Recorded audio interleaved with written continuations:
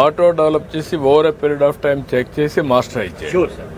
ప్రోగ్రామింగ్లో మాస్టరైజ్ చేస్తే ఈ 1 గంటే దానికంటే అవసరం ఆటోమేటిక్. దాన్ని మళ్ళీ మీరు టెస్ట్ చేస్తారు, డెఫిషియన్సీగా ఉంటే దాని ప్రోగ్రామ్లను ఇంక్రీజ్ చేస్తారు, then it will be set right. ఆ ఆటోమేషన్లో ఇవన్నీ పర్ఫెక్ట్గా చేసి కొంతమంది మనుషుల్ని ఇప్పుడు ఎట్లా మనం కన్సల్టెన్సీ పెట్టాం, వాళ్ళందరికీ ట్రైన్ చేసి పర్ఫెక్షన్ తీసుకురావాలి. ఇప్పుడు 3 టైప్స్ అన్ని చేసి ఆ సెన్సార్స్ కూడా పెట్టేశారంటే ఇంకా ఈజీ అయిపోతుంది.